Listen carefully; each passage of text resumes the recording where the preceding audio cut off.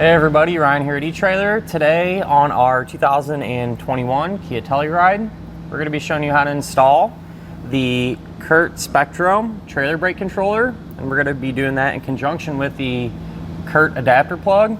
But before we get to that, why don't we just check this out and make sure it's going to be the right setup for you. When it comes to the Telluride, we see a lot of them come in to the shop here at eTrailer, and people are doing a lot of different things with them. And with these being pretty capable SUVs, people are pulling some bigger trailers around, and ones that have brakes. And if your trailer has brakes, you're going to need a way to apply them. And that's where a trailer brake controller like this one here is going to come into play. What happens whenever you have it all hooked up and you hit the brakes inside of your Kia, that's going to apply the trailer brakes and kind of slow everything down as a whole unit, as opposed to just relying on your vehicle to stop itself as well as the trailer. And this one's a little bit different than what I call the traditional style brake controllers. So a lot of other ones are pretty big and take up a lot of space. A lot of times you'll see some wires coming off the back that run down the dash, and nothing wrong with them, they work, but I feel like this one has a little bit more of a clean look to it. You know, honestly, the knob almost matches the factory knobs, and it doesn't really look out of place or take up a whole lot of room inside of your vehicle. This is going to be a proportional type brake controller, which is what I usually recommend in most instances, and this is one of them. And so what that means is however hard you apply the brake in your Kia, the trailer brakes are going to match it in a sense. So it just makes for a smoother stop. So let's say if you're just rolling up to a stop sign and halfway on the brake, trailer brakes can do the same thing. On the other hand, let's say if you slam on the brake, you make an emergency stop, the trailer's going to do the same thing. So it makes for a better driving experience, at least in my opinion. This is going to have several different things you can kind of change too.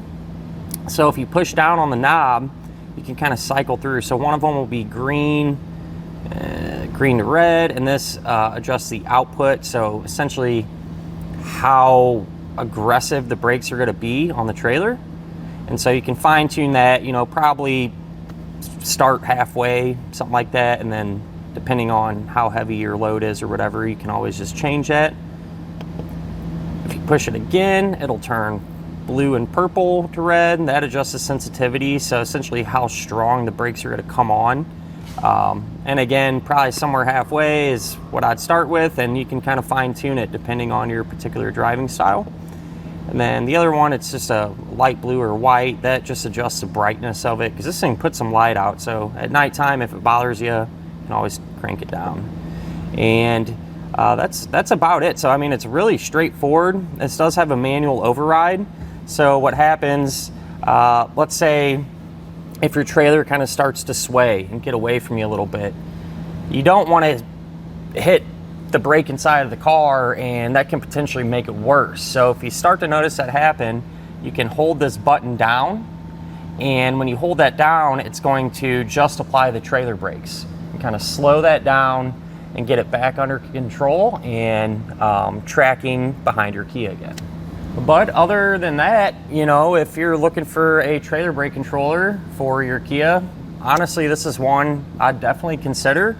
I think it's a good fit for it. You know, it looks good, doesn't look out of place, really user-friendly, doesn't interfere with anything else or anything along those lines. So not a bad brake controller for the Kia, at least in my opinion.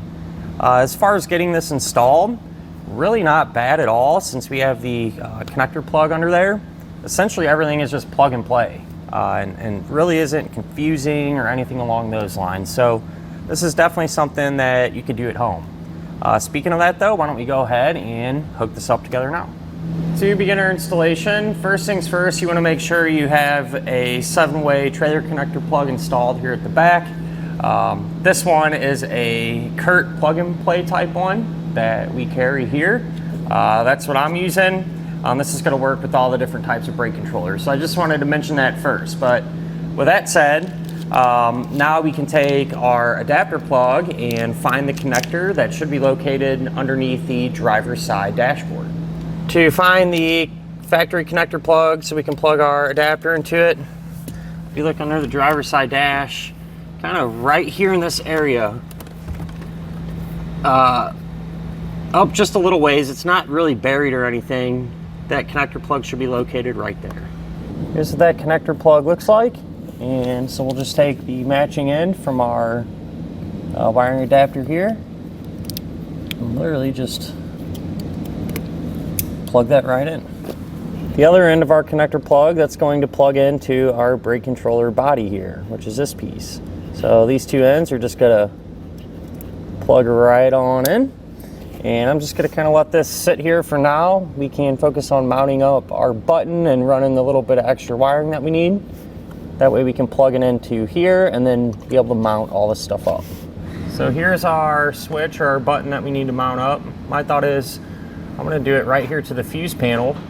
That way it's, easy to work with because you can pop this off, not really in the way of anything, easy to get to. And then if, for whatever reason, if you ever do wanna take this out of your vehicle, since we do have to drill a hole, you'll just find a new little panel there. It's not really a big deal. So I'm gonna pull this off and we can just go over to the workbench and where it's a little bit easier to work and see. I put some tape here on our fuse cover, this little panel, and then this is the piece that we're gonna be using. We're gonna have to drill 2 holes in it. I want the bigger hole to be on the bottom.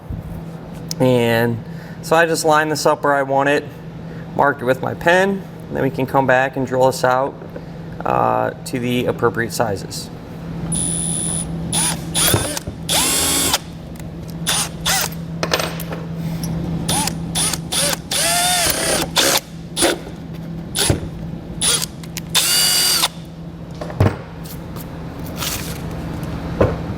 Our holes drilled, we'll go ahead and kind of just push this thing right on into place. Make sure it's how we want it. Then we can grab this black rubber piece. There's a little nut in there. We can push that in through that bottom hole. And then take the included screw, put that in and thread this down. And when we tighten this, it's going to kind of smash the back of it and draw it up. And that's going to hold our bracket tight against our panel there. So with that done,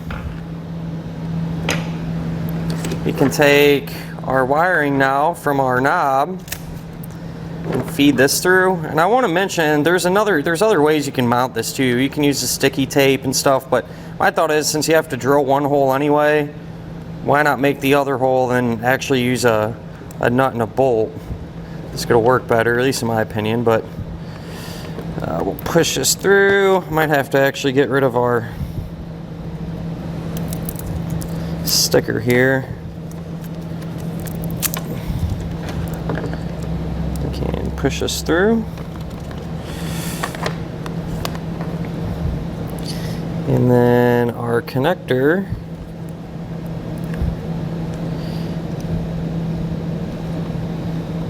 is just going to snap into place.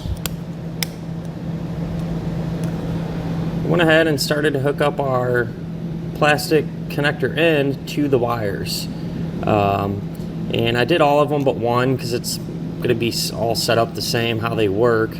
But you want to make sure and pay close attention to the instructions because you just can't plug any color wire into any slot. There's a specific order that you need to follow, and it's probably pretty much impossible to pick up on the camera because I can hardly see it, but there is small numbers on the ends there to reference you on what number terminal it is. So with that said, the way these work is they should slide in easy. All right, there shouldn't be much resistance, and when you get towards the very end, you should kind of feel it almost click into place and lock in. If you're having to try to jam it in there, take it and spin it around and try it the other way because it should go in smooth. So if I flip it around, that's how they look once they're all plugged in. And once they are, you just close up that end piece there. Now back inside our vehicle, we can just take our connector end and run that through our opening there. Just pop our fuse panel back in place. And then this that's going to plug into the other end of our brake controller body here. It just plugs right in. And now I'm going to find a spot to mount this up out of the way, and I'll show you how it looks once I'm done. So underneath the dash here, we have a really solid piece of factory wiring that's very secure. And that's what I zip tied our brake controller box to. Just kind of buttoned everything up to clean up the install load. So I went ahead and plugged our tester in, and we can do a quick check to make sure our brake controller is working. I'm just going to push down on it to engage the manual override button. And you can see we have power being sent back to brake current, so I think it's safe to say that everything's working properly. You can always use your trailer to do this too, but keep in mind if your trailer has any issues with it, that could, affect the performance of the brake controller. And that'll finish up our look at and our installation of the CURT Spectrum trailer brake controller on our 2021 Kia Telluride.